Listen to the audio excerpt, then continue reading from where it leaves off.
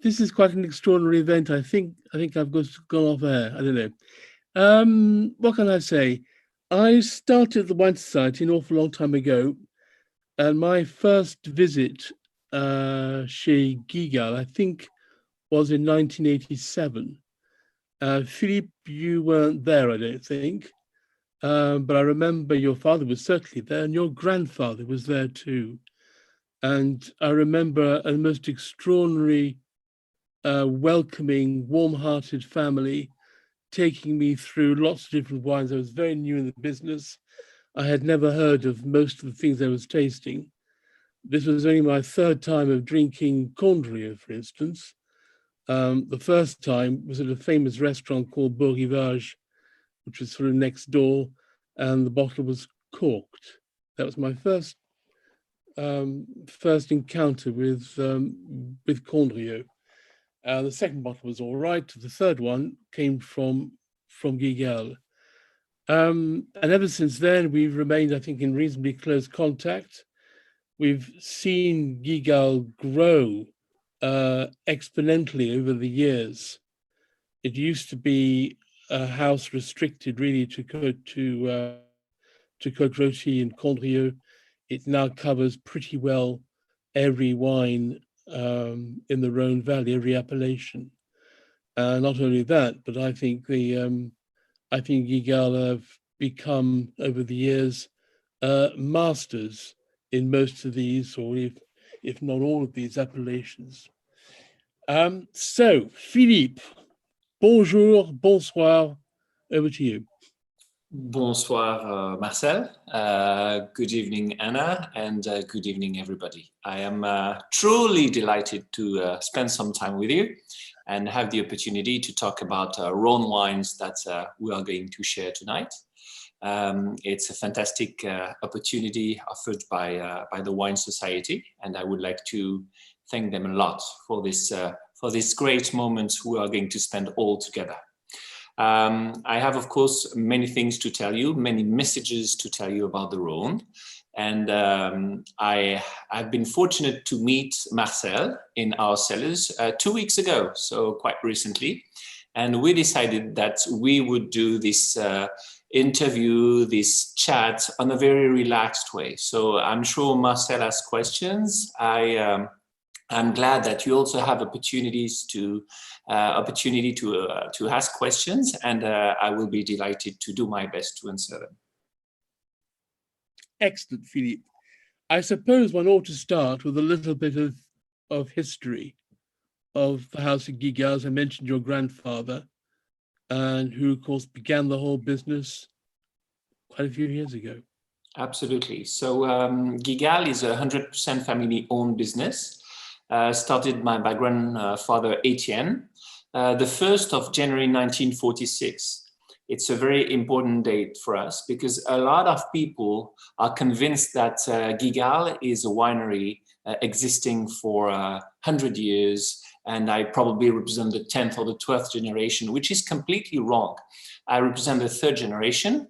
We are an extremely young winery, and I used to say that we have always counterbalanced our youth by a strong dynamism. So we're extremely dynamic in the technique, and we're also extremely dynamic in the market. It started with my grandfather Etienne, who was a fantastic man who has vinified 67 vintages in his life. I work every day with my dad, Marcel, another Marcel, who has celebrated his 68th vintage this year. And as you can probably guess it, I feel like a baby or a small kid in this family of giants with 28 vintages, with the last vintage 2024 for myself.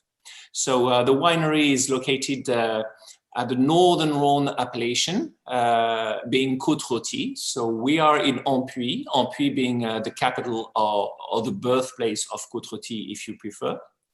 And the picture that you have in front of you is the Château d'Ampuis.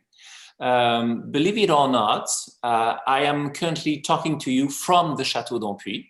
because it's something that is very strange. We had the opportunity to get an outstanding internet connection at the Château d'Ampuis with the optical fiber. And the offices and cellars that are not far away at all are not equipped with these modern technologies at all. So my internet connection is far better in a 16th century old building compared to the newer cellars that we have next door. It's another French paradox, probably. Behind the Château d'Ampuis is, of course, the vineyards of Côte-Rôtie. And just in front of the Château d'Ampuis is the majestic river Rhône. So we are in the Rhône Valley, and this is the extreme northern Rhône through Côte-Rôtie that is expressed through this picture of the Château d'Ampuis. Another picture of the building can show you the Rhône Valley. So the Rhône Valley is extremely narrow in the northern part where we are, and it carries on with Condrieu being a little bit southern. It carries on with Saint-Joseph, with Hermitage and Gros-Hermitage on the left bank, and finishes the northern Rhône with Cornas and Saint-Péret. So this is what the northern Rhône is made of, with these very steep slopes. This beautiful sunshine, always keep in mind that Cote-Rotie is the literal translation of roasted slope.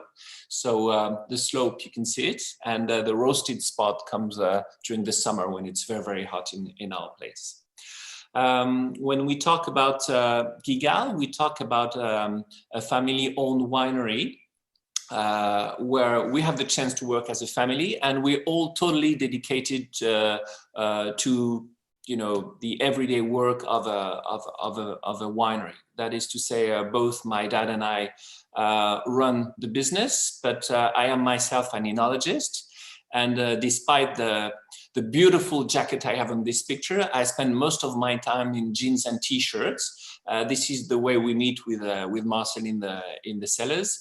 It's much more practical for a winemaker to use jeans and t-shirt than a suit. So I am myself a technical guy, and we are totally dedicated to the quality of the wines that we produce.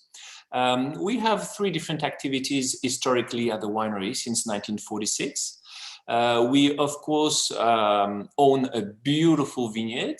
It is about 75 hectares of northern Rhône vineyards through Côte-Rôtie, Condrieu, Hermitage, Saint-Joseph, and Gros-Hermitage. And more recently, 77 hectares of Châteauneuf-du-Pape through the Château de Nalys, which is the property we took over in July 2017. And I will have fantastic wines from Châteauneuf-du-Pape to show you in a short future. We also buy grapes from the northern Rhône appellations, especially Côte-Rôtie, Condrieu, and a little bit in Hermitage, Saint-Joseph, and Gros-Hermitage that we vinify ourselves and age in our large cellars. Eventually, we have an historical work as negotiants, but not only negotiants, we have a real specialty in aging the wines, almost crafting the wines the way we want in our large cellars. So our cellars are a little bit more than 3 hectares in the heart of Ampuis. And this is where we spend time with Marcel, walking through the barrels and tasting the different wines when we have the pleasure to meet together and when it comes to Ampuis.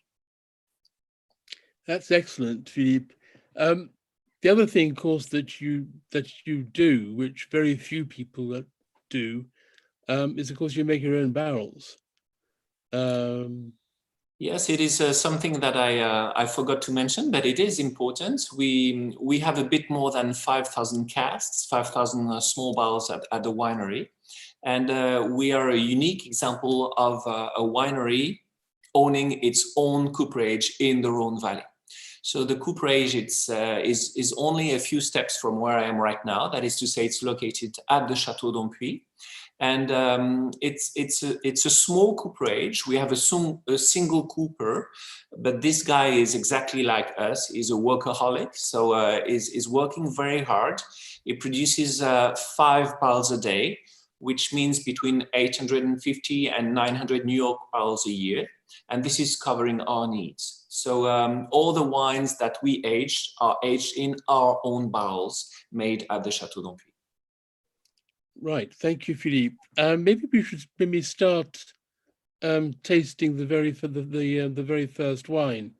With great pleasure. You mentioned the fact that your part of your activity is that of a négociant. Mhm. And I think a lot of people probably don't quite understand the true role of a négociant. And some people will even say, oh, well, I prefer grower wines. But of course, a négociant, if he does his job properly, is extremely clever because he, in fact, he assembles wines from lots of different growers. And every part of the blend actually represents another estate, another grower, and I think that is extremely important to remember. So négociant in this case is not just a merchant who just buys here and there. It's somebody who actually spends a lot of time in putting together a meaningful blend of something that is absolutely delicious and outstanding, and putting his own character into the wine. Gigal is not just a Northern Rhône producer, but a producer of Côte-Rôtie and Condrieu at its base, and that means Syrah and it means Viognier. I think we should talk about, those two grape varieties. Maybe first talk about the Viognier, because it's an important part, it's an important element in the Côte-du-Rhône Blanc that we're about to taste. Absolutely true. The Viognier is originally from the Northern Rhône. That is to say, it is the king grape of Condrieu. But very interestingly, when I describe the white Côte-du-Rhône that we are talking about, I used to describe it a funny way. I used to explain people that this is a southern Rhône wine. That is to say, it's produced in the southern part of the Rhône Valley only, but it's made or imagined by Northern Rhône people. That is to say, despite the fact that the Southern Rhône shows a lot of different white grapes, but mostly Grenache, this white Côte-du-Rhône is thought by Northern Rhône people. So the majority grape that you would find in this blend is not the Grenache, but definitely the Viognier. The Viognier represents 55 to 60% of the total blend in this wine. It is followed by another Northern Rhône grape in the Roussanne from the Southern Rhône. There is a touch of Clairette and Bourboulenc that are typical Southern Rhône this time. And the famous Grenache Blanc that theoretically can represent up to 90, if not 95% of the blend in this wine. Well, in our case, in the case of the white Côte-du-Rhône from Gigal, it's only 2 to 3% in the final blend. So it's a very unusual blend. It's a decision that we took many, many years ago. We've pushed and encouraged very, very hard people in Southern Rhône to plant Viognier. And today we feel extremely proud to achieve these high percentage of Viognier in order to have a wine that is extremely aromatic, that is extremely generous, that is showing a lot, with an interesting balance in the mouth. You know, the Viognier sometimes can be flabby. In this case, it has a good lift, I believe. It has a good balance. And this is thanks to the Clairette and the Bourboulenc, or even the Roussanne picked in the Southern Rhône. Shall we try it? Shall we sort of... Great pleasure. I'm using a Côte-Rôtie glass, you'll probably notice. A large glass. What is remarkable, everybody, is when I first joined the wine trade, the Viognier grape was considered to be a rarity. There's a very famous book by my friend John Livingston Learmonth, who writes a lot about the Viognier and about Condrieu. And when he wrote his book in the late 1970s, there were probably not more than about 10 hectares of Viognier in the whole world. And nearly all of that was, well, not nearly all of that was Condrieu. Absolutely. And it's a great variety that almost fell into disuse. It was almost almost extinct, and it was very much, I think, your dad, I guess, and one or two famous growers in Condrieu who actually rescued the whole grape variety. And today, of course, Viognier is planted all over the place, sometimes successfully, sometimes, of course, not. But that's a different problem. Absolutely. It's a very distinctive grape variety anyway. Marcel, I apologise for jumping in, but just to confirm to members, we are currently selling the 2018 white Côte-du-Rhône, I believe, but the 2019 will be released later this year. Is that correct? Oh, it's imminent. Imminent. Okay, there we go. So we're talking about the blend in general, but the 2019 is the one that's going to be yes, but coming in a matter of days, I believe. The blend doesn't actually change. Well, Philippe can tell you that, but I don't think it changes that much.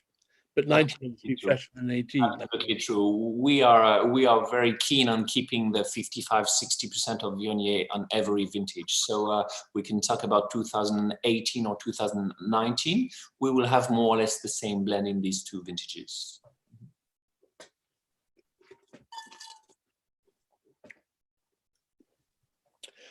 Well, I'm tasting the 2019 because I'm a lucky boy, and it's delicious, absolutely super. And it's not a lot of Viognier dominant wines can be, as Philippe said, a bit flabby, a bit sickly. This is neither. It's generous, it's full, it's fruity, and it just it needs somebody to cook my supper.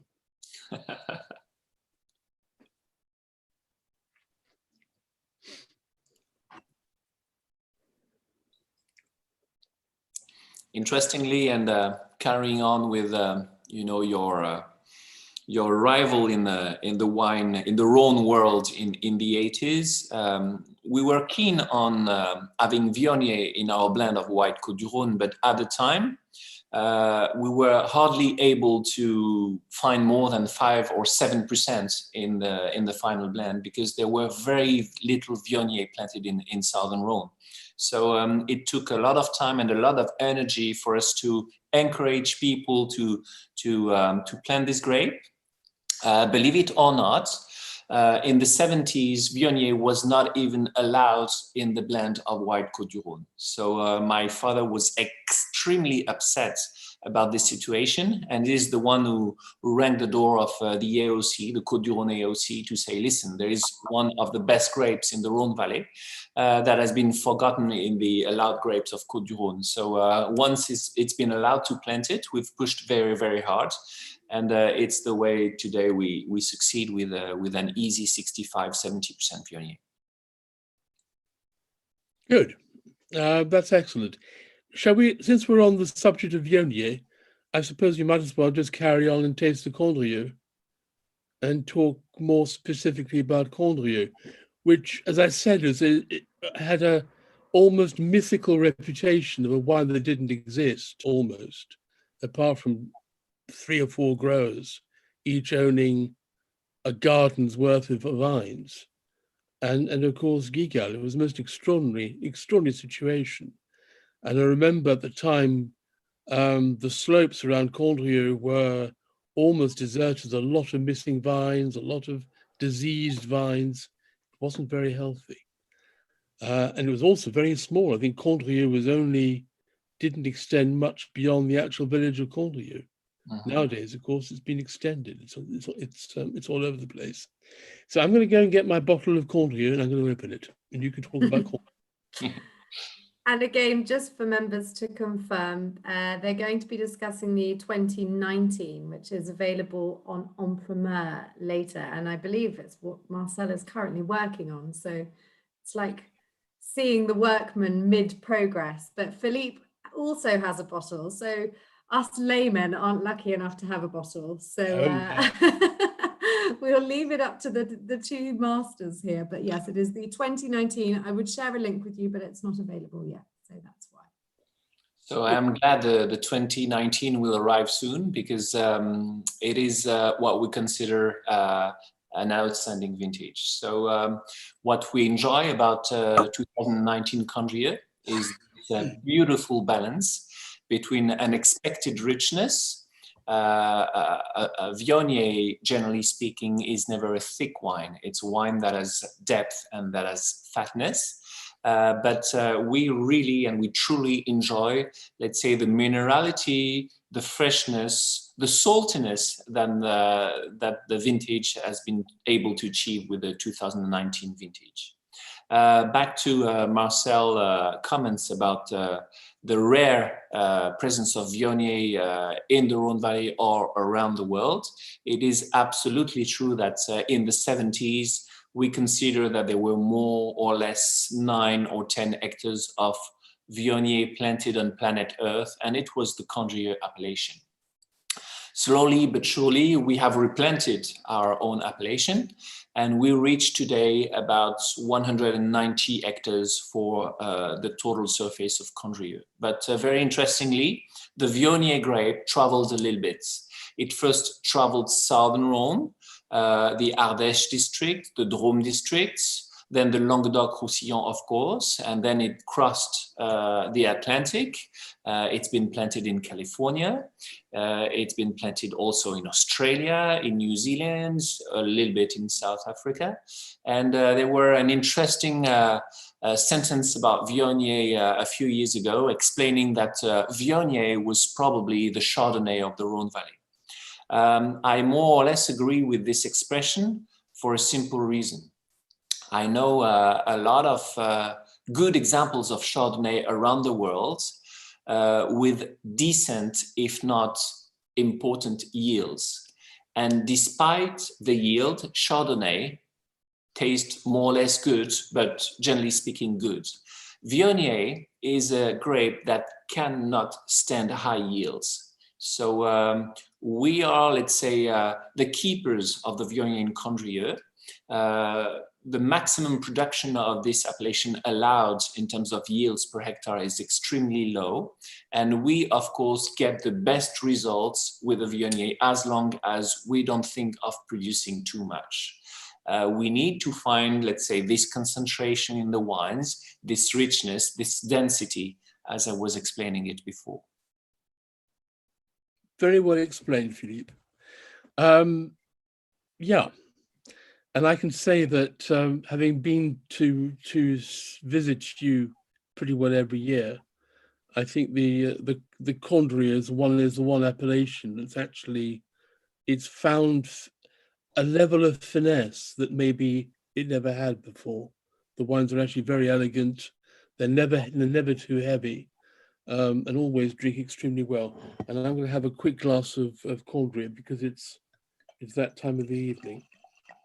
So it's absolutely perfect time for Condrieu. I'm often asked about the pairing with food with Condrieu, and I like to explain people that it can be an aperitif wine. That is to say, we're all the same. When we want to celebrate, we can open bubbles, and champagne is always a good opportunity to drink bubbles. But sometimes you want to go for a more classical white wine, and Condrieu is absolutely the perfect wine to wake up your taste buds. So it prepares your taste buds to a nice meal, a nice dinner, and also to other wines following. So it's a wine that shouldn't be thought with too heavy dishes, with too spicy dishes, and we must keep the finesse and the elegance in the food that we will pair next to the Condrieu. Absolutely. I love my Condrieu with Saint-Jacques, with scallops and some shellfish in general. I think that works extremely well, and even a seafood pasta type thing. But as you said, nothing too strong and spicy. Absolutely. Otherwise, you conflict with the wine. That's absolutely gorgeous. Mm-hmm. Absolutely super. But it's lovely now. I have a suggestion that I will be happy to share with you next time you come in France, Marcel. Yes. We're very fortunate to be in a region where we have these beautiful and big white asparagus. And white asparagus is sometimes very tricky to match with wine. Well, there's a very interesting response with a Condrieu, as long as you forget the vinaigrette, because the vinaigrette would be a true disaster. But if you go for a Hollandaise sauce, for something creamy, it is something that is going extremely well together. Well, that sounds like a meeting sometime next March or April. Good idea. Perfect timing. Perfect timing. And by then, the 2019 will actually be even better. Absolutely. So there you go. So we talked about the about white Côte-du-Rhône, and I think we need to talk next about the red. What is extraordinary about the red is that you don't produce it in just a few bottles. It's actually quite a reasonable quantity. And I think thanks to you and others, the Wine Society does actually quite well. And at the moment, we're still selling the 2016. We're coming to the end of 16, but we will be onto the 2017 vintage, probably just after Christmas. That's if customs allow us to clear the wine at Dover. But that's another thing altogether. So maybe a few words about the Côte-du-Rhône red. Yes. Philippe. As you mentioned it, the Côte-du-Rhône red is an important wine in our winery and also in our family, because we always kept in mind something very basic. I would love someone who's never tasted any Rhône wines or any Gigal wines to start with a bottle of one of our single vineyard, La Mouline, La Turque, La Landonne, or a Condrieu or a Cote-Rôtie. But most of the time, it's not the case. Most of the time, people that will discover the Gigal winery or the Rhône Valley will discover it through a bottle of Côte-du-Rhône. And my vision is that if this Côte-du-Rhône is just okay, well, it's not enough, because there are a lot of okay wines around the world today. So we are working extremely hard with our team in order to produce an outstanding wine for its price, for its value. So in order to do this, we've taken the decision that we would make a Southern Rhône wine made by Northern Rhône people. So it's a story that you've already heard, but by telling it to you, I want to underline the fact that this Côte-du-Rhône Rouge is not Grenache based, it's a Syrah based Côte-du-Rhône. So the majority grape will not be the rich and warm Grenache. It is going to be a little bit more tannic and a little bit more powerful Syrah with darker colors, with, for me, a lot of qualities as long as you take your time. Syrah is a grape where you shouldn't be impatient. So it's very important for us to age the wines. You mentioned 2016 currently available in the UK. 2016, we missed them. We've switched to 2017 just a few months ago. And we have wines that are released at a perfect timing. That is to say, I see too many Côte-du-Rhône 18 or 19 on the market today. For me, it's far too early. And in the style of Gigal, it would be a nonsense because of the high percentages of Syrah. Absolutely. I suppose we could actually talk a little bit about 2015, because the Wine Society has published a fine wine list quite recently. And in that fine wine list, we concentrate on some of your 2015s. And quite deliberately, we kept back some Côte-du-Rhône 2015, which we are re-releasing, and which is absolutely super. And I would greatly encourage and recommend listeners to look it up. Well worth it. Let's talk about vintages. I mean, at the moment I'm working my way through 2019, which is I think an extraordinary vintage. But in fact, the Rhône has been incredibly lucky, because I can't remember a poor vintage. Well, we have to go back quite a few years. 19 is amazing, but 15, of course, was also amazing. And we're going to be tasting the Cote-Rôtie quite soon. But maybe a few words about 2015, Philippe. Now that I have heard that you're releasing 2015, I have to confess that I am very jealous. We don't have the 15s anymore at the winery. And as you mentioned it is a truly outstanding vintage. What is very clever from the Wine Society has been to hold these wines for a few years, because 2015 is the perfect vintage to do so. 2015, no doubt, the wines have been tasted extremely well by the professional wine writers. We had outstanding scores with the 2015, but, and it's a very important word, not enough wine writers mentioned the fact that people shouldn't jump on the bottles straight away. People should wait 2-3 years for the wines to soften a little bit. So the tannins were magnificent, but they were very powerful. They were very structured.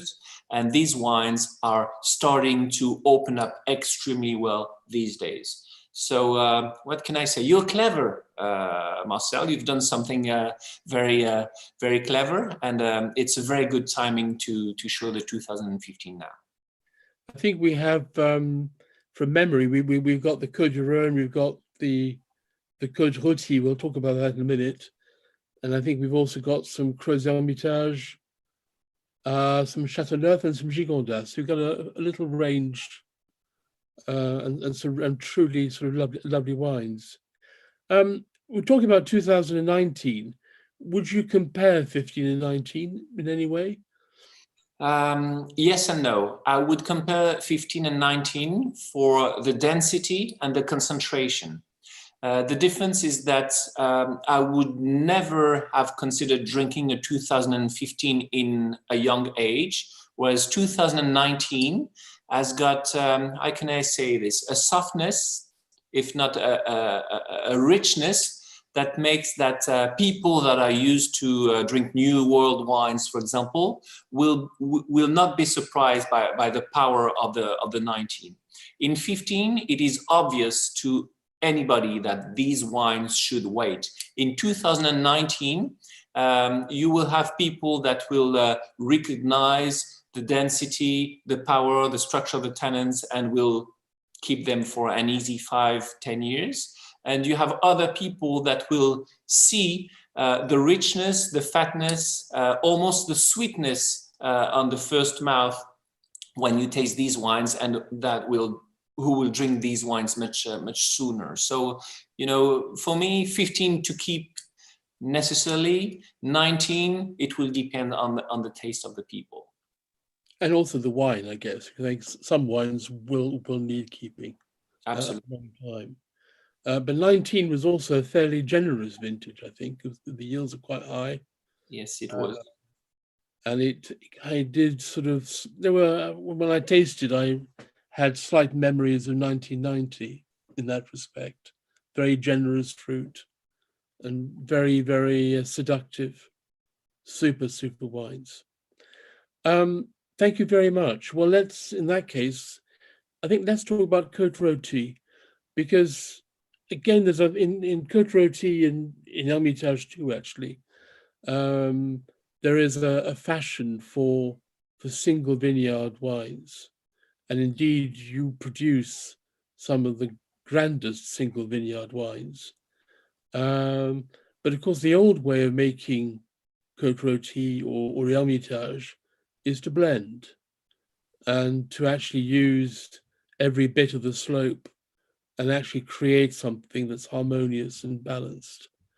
So maybe it might be an idea to talk about the history of Brunet Blonde, and maybe to give us an idea of what actually goes into it. Absolutely. So talking about Côte-Rôtie, yes. Do you want to say? Oh, sorry, Philippe. I was going to say just before you start, some members have noticed that the Brunet Blonde 15 that we did release on pre-order has already sold out. So yesterday, when I sent my first, I think that's probably news to you, Marcel. It's been incredibly popular. So that has happened today. So unfortunately, you will see that it's now sold out on the website. It does show you how you have to get these special wines quickly. So apologies, you will have received a link to buy it when you could buy it yesterday, but unfortunately it is now sold out. So, but please continue to tell us about it, Philippe, and we'll have to look forward to the next vintage. Thank you very much. So if I understand well, I'm talking to the lucky ones. But generally speaking, Cote-Rôtie is a historical appellation. As I already said it before, the Northern Rhône appellation you can find, only 25 minutes south of Lyon. And if we want to describe Cote-Rôtie a funny way, or let's say a way everybody will remember tonight, I have to talk about the beautiful legend of Côte-Rôtie. And the legend says that at the 16th century time, that is to say the time the Château d'Ampuis was built, the owner of this castle, who was the Marquis de Maugiron, would have had two daughters, one blonde-haired girl, and when she got married, he decided to give her half of his vineyard, the Côte Blonde, and one brunette, and when she got married, he decided to give her the other half, the Côte Brune. Many centuries after, we don't know much about the Marquis de Maugiron anymore, but we still talk about the Côte Blonde and the Côte Brune. So these are two hillsides, or more important, two sectors of Côte-Rôtie, where the terroirs and the soils are quite different. So on the southern part of Côte-Rôtie, next to Condrieu, you find the Côte Blonde style with the typical schist and the limestone and the silica on the surface. And Syrah growing on limestone is always an elegant and sophisticated Syrah. Whereas on the northern part, you have the Côte Brune style of wines with schists again, but also a little bit of clay, as well as iron oxide and manganese. And these elements are very important in terms of phenolics. They will bring more color, they will bring more tannins and more structure to the wines. So the wines made from the Côte Blonde are extremely elegant and delicate, and the wines made from the Côte Brune are more powerful and structured. The Côte-Rôtie we are tasting tonight is the Côte-Rôtie Brune et Blonde. So you can easily guess that it is the blend of these two sectors, these two historical sectors of Côte-Rôtie. And what we want to achieve in this wine is very simple. We want to show a wine that has the elegance and the aromas of the Côte Blonde, you know, these typical red and black fruits from the Syrah, the white pepper, typical of Northern Rhône Syrah as well. But it needs also the backbone, it needs the density, it needs the tannins of the Côte Brune. You know, it's a wine that has aged for 36 months in barrel, which is a long aging.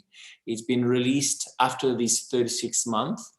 And in a vintage such as 2015, I think this wine has a bright life of another 15 or 20 years.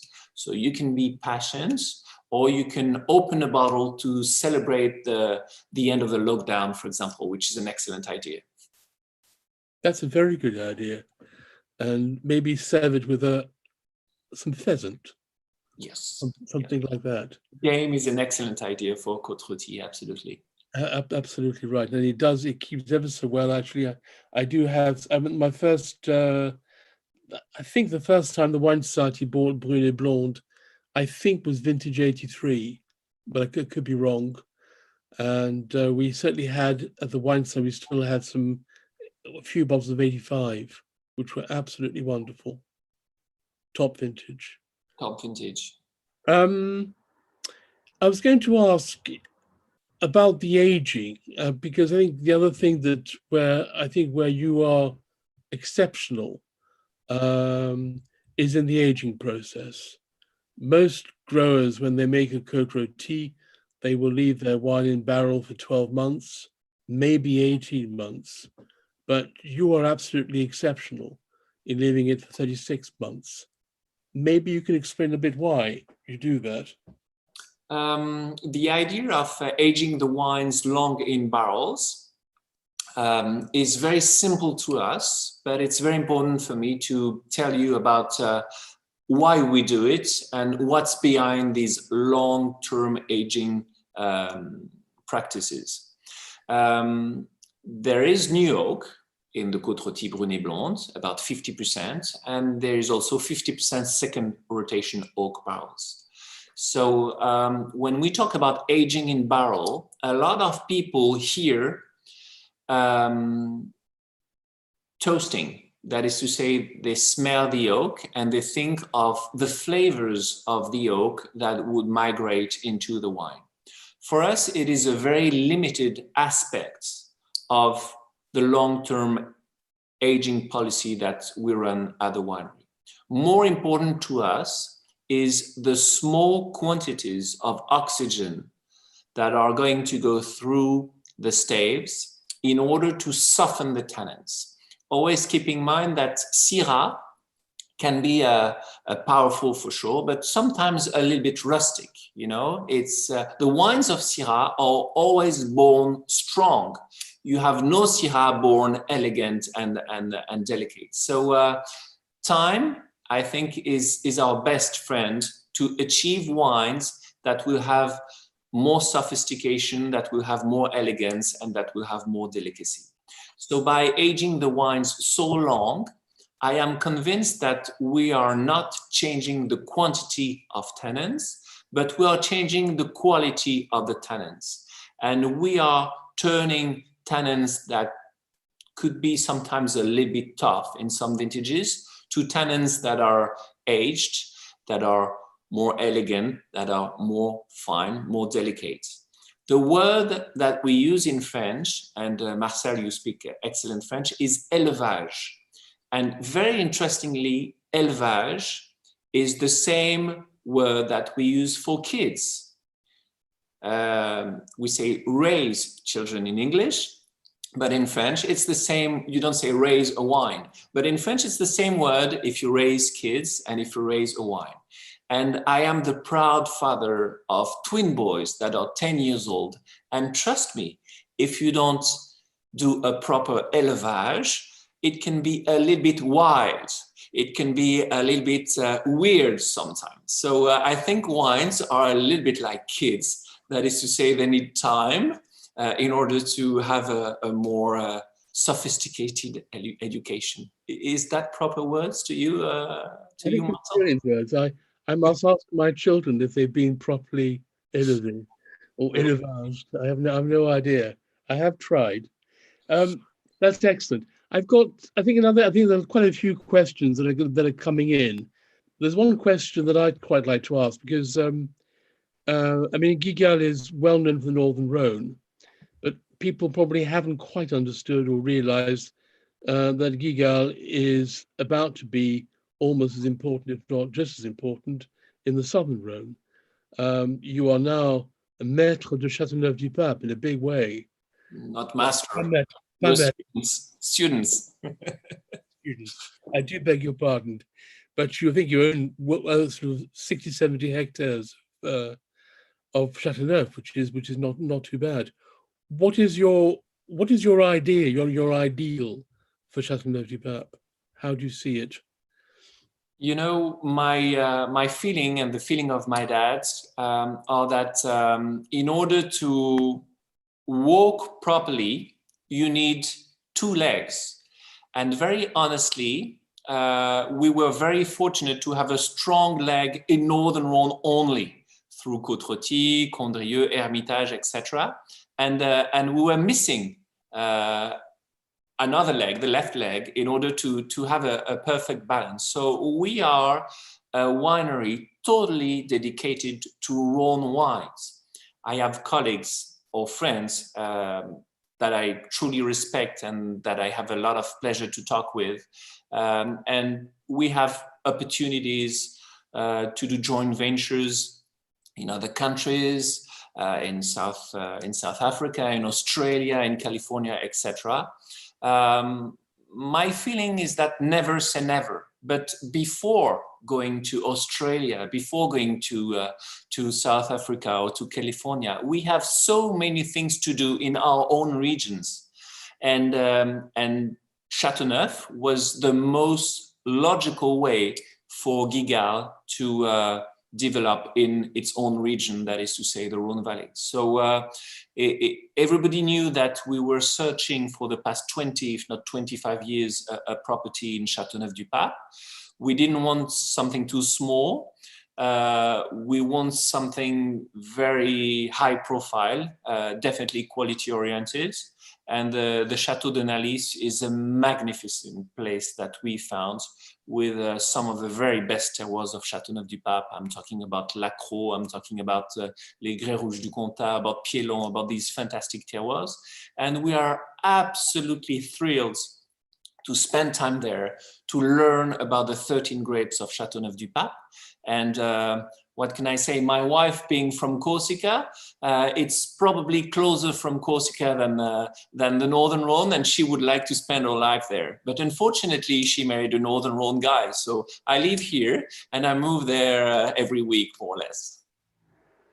Philippe, thank you very much. Anna, is that, will that do? That is absolutely fantastic. I can't thank you both enough. We've really been on a tour of the north and also some of the south of Rhône. So a huge thank you. The chat is full of people with recipe ideas, letting us know what they're drinking. So it's been lovely to hear from all of you as well. I am going to quickly kick off with a question that we were sort of touching on then. Jordan Wiltshire has asked Philippe, are there any regions or appellations in the Rhône that you feel are often overlooked or underrated compared to well-known or famous ones such as Châteauneuf? If I had to mention one Northern Rhône, I would mention Saint-Joseph. Saint-Joseph is for me an appellation that has a reputation, a strong one in France, a good one in the UK, but outside France and Great Britain, there are not many countries that have heard about Saint-Joseph. And it's really a pity. For me, Saint-Joseph has all the key elements to succeed in terms of quality, in terms of, the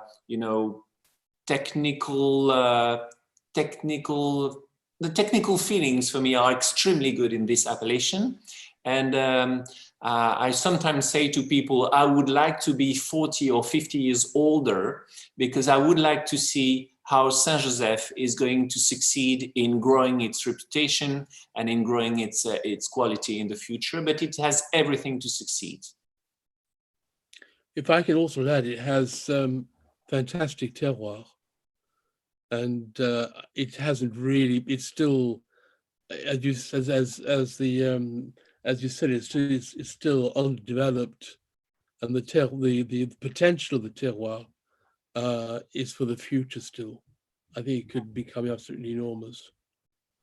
I mean, there's some of the slopes of Saint-Joseph are no different to the slopes of the Hermitage. Absolutely. Same soil, same everything.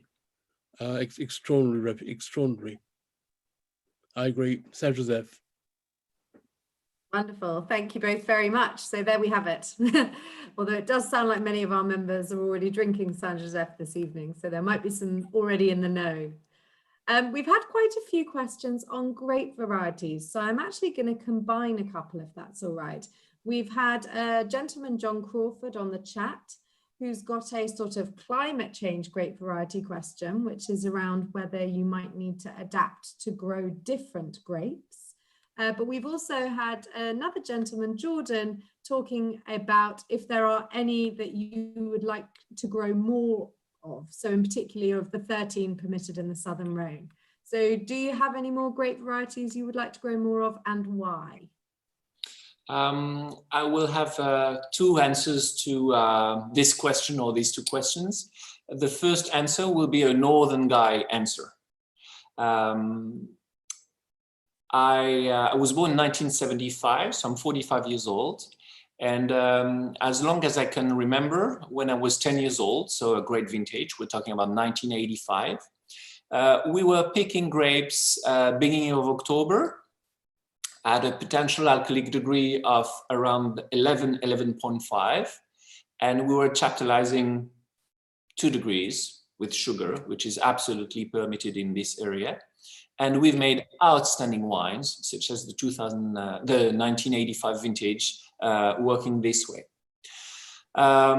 If we talk about 2019, we've picked the grapes 3 weeks before compared to the vintage 1985, for example. That is to say, before the equinox, which is a difficult time of the year where we have a lot of rains here in Northern Rhône. So we pick the grapes before the rain, and we pick grapes that are between 13 and 13.5.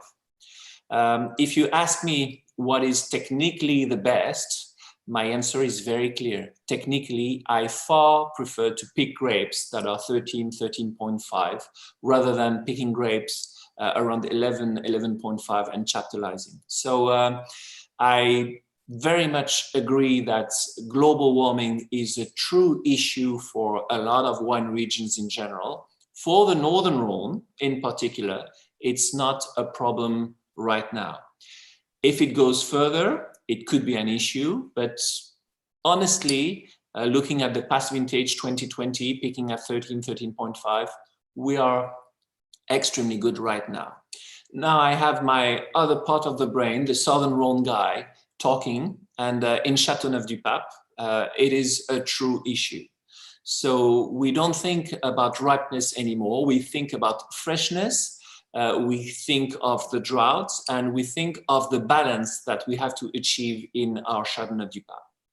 And to answer the second question, there is a grape that I think has a bright future in the south, a little bit less alcohol, ripening a little bit later than the others. And I'm of course talking about the Mourvèdre grape. So Mourvèdre is a possibility for Châteauneuf-du-Pape to get an interesting balance, but not only. It is very important to say that the appellation was born with 13 different grapes. And for the past 20 years, we've talked about Grenache only. My vision of Châteauneuf-du-Pape is that you have secondary grape, tertiary grapes.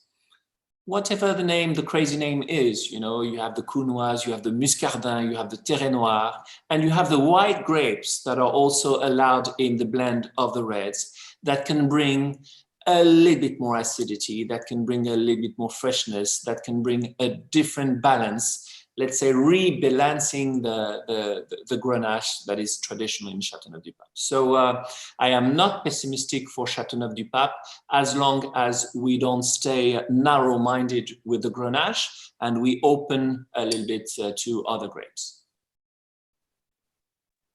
Lovely, thank you very much. Right, I'm conscious of time, but what I will do is again combine 2 questions if it's okay. We've had one question from a gentleman, Clive, who has asked, how challenging is it to get pickers for your steep slopes? And do you see any possibility of mechanical harvesting in the future? And likewise, we've also had a few members ask how COVID has this year affected this vintage. And I imagine possibly getting workers may have been more challenging this year. So is it still challenging, and did coronavirus make it even more so? Okay, to the first question, I am often asked about what are the qualities requested for a good vigneron in Côte-Rôtie. And I used to say that we need 3 qualities. The first one is courage, the second one is courage, and the third one is courage. We have no mechanization possible in the vines of Côte-Rôtie. So it is not mechanized yet. It will never be mechanized, okay? There is no possibility to have any kind of machine, any kind of tractors in these steep slopes. It explains mostly the price of Côte-Rôtie. Côte-Rôtie is not a cheap wine. Most of the money doesn't go into the marketing or around the bottle. It goes inside the bottle. So the costs to grow grapes in Côte-Rôtie is tremendous. Talking about the COVID, we were extremely stressed by the harvest time because we normally have a team of 60, 70 pickers to pick the grapes in the slope of Côte-Rôtie. And we realized that if one guy was coughing a little bit, we could be stopped for 14 days. And 14 days during the harvest is absolutely not possible. So we have to think of divided this big team in 5 small teams of 12 people and make sure that they were not starting at the same time in the morning, that they were not eating together. You know, for my mother and wife who are in charge of the meals, there were 4 services from 11 o'clock to 2 p.m. So it was very challenging in terms of logistics, but we've achieved to pick the grapes on time, and more important, to be very cautious about the health of the pickers and the workers. Thank you so much. I mean, what an enormous operation. It sounds huge.